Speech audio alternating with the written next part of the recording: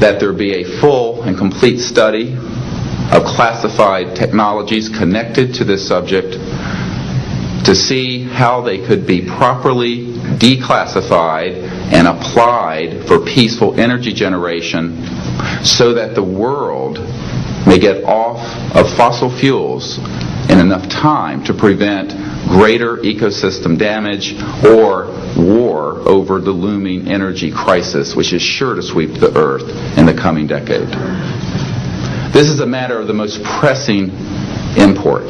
It has been ridiculed, yes. I know many in the media would like to talk about little green men. But in reality, the subject is laughed at because it is so serious. I have had grown men weep who are in the Pentagon, who are members of Congress, and who have said to me, what are we going to do? Here's what we will do.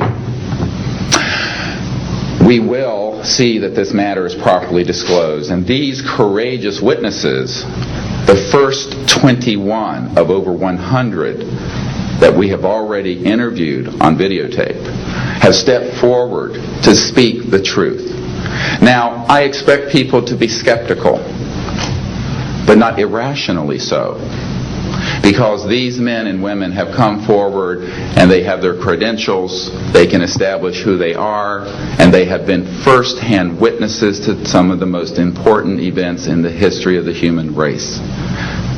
As was pointed out to me by some of the men here, they were charged with handling the nuclear weapons of the United States. Their word was trusted on everything of great importance for the national security. We must trust their word now.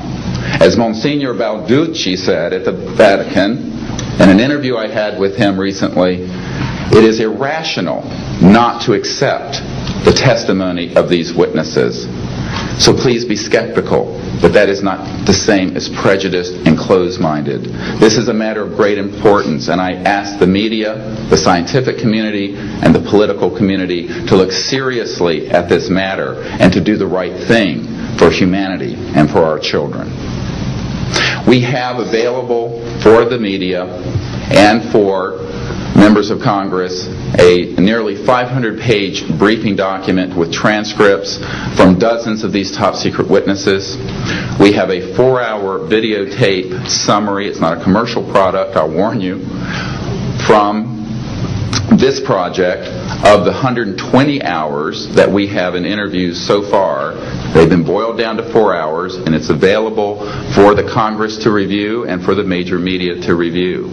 We can establish that this subject is real and has tremendous significance for the human future. I ask on all of you who are listening to contact the members of Congress that represent you and the leaders around the world, other countries, and ask them to hold an honest inquiry into this subject, to support a ban on weaponizing space, since we are sharing space with other life forms, and that we move quickly as a people to understanding that this is the end of the childhood of the human race. It is time for us to become mature adults in the cosmic civilizations out there. To do this, we must become a peaceful civilization, and we must look as we go into space with an intent of cooperating with other civilizations, not weaponizing that high frontier. The men and women who will speak next will do so in order, beginning on your left. They will introduce themselves. I ask for the media to refrain from questions until each witness has spoken briefly about who they are and what they have personally been involved with or witnessed in their government, military, or government-connected careers. At the end, we will have questions. All of you may ask questions for as long as we can stay here, and we will provide you with all the information that you need. So we will begin now with the first of our witnesses, Mr. John Callahan.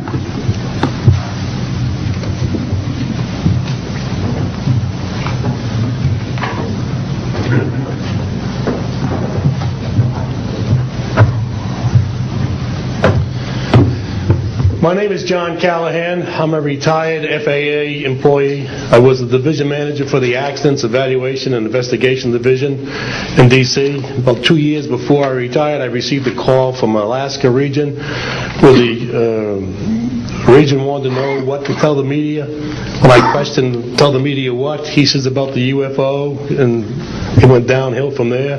What UFO? It turned out I told him what any government employee would do at that time was to tell him it's under investigation. And then I had him send all that data to the FAA's tech center in Atlantic City. The next day, my immediate boss, service director, Javi Safir, and I went to Atlantic City. I had just purchased a new video camera, and I videoed the event. In Atlantic City, we had them play back on a scope, you would call it a scope, a plan view display, PVD, exactly what the pilot seen or what the controller seen, and we tied that in with the voice tape so we could hear exactly what the controller said and what he heard, and we taped it. We came back the next day, briefed the administrator, Admiral Ingen, on what happened. He wanted a 5-minute briefing. After we started the briefing, he wanted to know if he could see the video. We put the video on. He watched the video, the whole video. The next day, he set up a meeting for me to give a dog and pony show to President Reagan's scientific staff and whoever they brought over, and to hand off all that data to them. That morning in the FAA round room, it was either 9 or 10 o'clock, 3 men from Reagan's scientific staff, 3 CIA people, 3 FBI people, and I don't remember who the other guys were, along with all the FAA experts that I brought with me that could decide or talk about the hardware and the software, how it worked. We put on a dog and pony show. We let them watch the video. We had all the data there. We had all the printouts that the computer put out. They got all excited over it. When it was all done, the CIA, one of the CIA men told the people they were now sworn to secrecy, that this meeting never happened and this event never happened. When I asked them why, I thought it was probably just a stealth bomber at the time.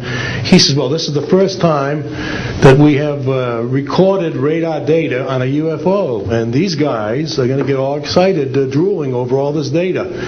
I said, well, you're going to tell the public about it? And he says, no, we don't tell the public about this. It would panic the public. He says, we're going to go back and study this. I said, okay. That was what he was going to do. Now, I've told this story many times, and I get sometimes funny looks from people. I have with me the voice tapes of the controllers that were involved, the FAA original tapes. See, after we handed this stuff off to the President's staff, the FAA didn't know what to do with it. We don't separate UFOs from real traffic, so it's not our problem. Okay?